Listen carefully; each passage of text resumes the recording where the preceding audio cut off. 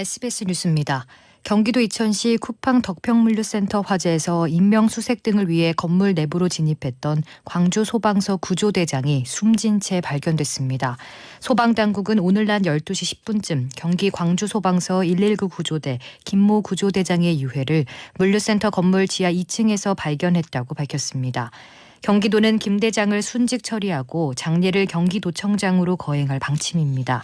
김 대장은 대원들과 화재 현장에 진입했다가 불길이 거세지자 대원들을 먼저 내보냈지만 적재물 등에 막혀 나오지 못한 것으로 알려졌습니다. 어제 코로나19 신규 확진자가 482명 늘어 나흘 만에 500명 아래로 내려왔습니다. 신규 확진자 중 지역 발생이 456명, 해외 유입은 26명입니다. 지역별로 보면 서울과 경기, 인천 등 수도권에서 354명이 나왔고 부산 15명, 대구 13명 등 비수도권에서 102명이 발생했습니다. 코로나 백신 접종은 어제 하루 50만 7천여 명이 1차 접종을 받아 누적 1차 접종자는 1,476만여 명이며 전체 인구 대비 1차 백신 접종률은 28.8%입니다. 신종 코로나19 바이러스인 인도발 델타 변이가 세계적으로 지배종이 될 수 있다고 세계보건기구 WHO가 밝혔습니다. WHO 수석 과학자 숨야 스와미나탄 박사는 현지 시간 18일 기자회견에서 델타 변이는 전파력이 두드러지게 높아 세계적으로 지배종이 되는 과정에 있으며 이는 상당히 진척돼 있다고 말했다고 로이터 통신이 보도했습니다. WHO는 델타 변이가 현재 80개국 이상에 퍼져 있는 것으로 보고 있습니다. 델타 변이는 원래 신종 코로나 바이러스뿐 아니라 영국발 알파 변이보다도 전파력이 60%가량 강한 것으로 알려졌습니다.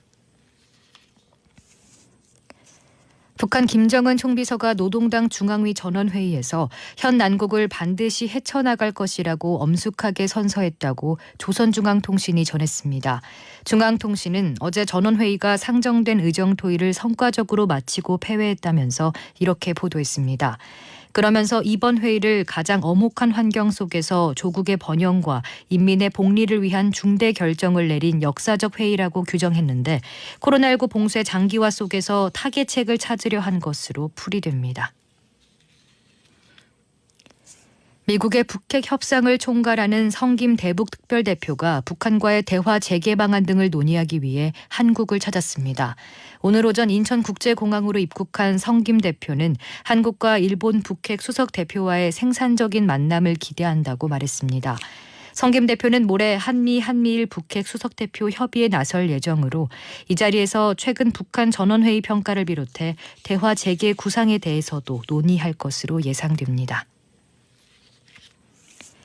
미국 중앙은행인 연방준비제도 위원 중 한 명인 제임스 블러드 세인트루이스 연방준비은행 총재가 현지 시간 18일 CNBC 방송에 출연해 예상보다 높은 물가 상승 때문에 이르면 내년 말 기준금리 인상이 시작될 것으로 전망했습니다. 블러드 총재의 발언에 조기 금리 인상에 대한 우려가 커지면서 뉴욕 증시의 다우지수는 500포인트 넘게 떨어졌고 S&P 500 지수와 나스닥 지수 역시 1% 내외로 하락했습니다. 전국 주유소 휘발유 가격이 7주 연속 상승세를 이어갔습니다. 오늘은 전국이 대체로 맑겠습니다. 강원 북부에는 소나기가 내리는 곳이 있겠습니다. 낮 최고 기온은 서울 28도, 대전 30도, 대구 32도 등 전국이 23도에서 31도가 되겠습니다. 서해상과 남해상에는 짙은 바다 안개가 껴 항해나 조업하는 선박은 주의가 필요합니다. 미세먼지는 전국이 보통에서 좋음 수준이 예상됩니다. 내일도 전국이 대체로 맑겠습니다. 서울의 현재 기온은 26도입니다. 습도는 54%입니다. 주시은입니다. 뉴스를 마칩니다. SBS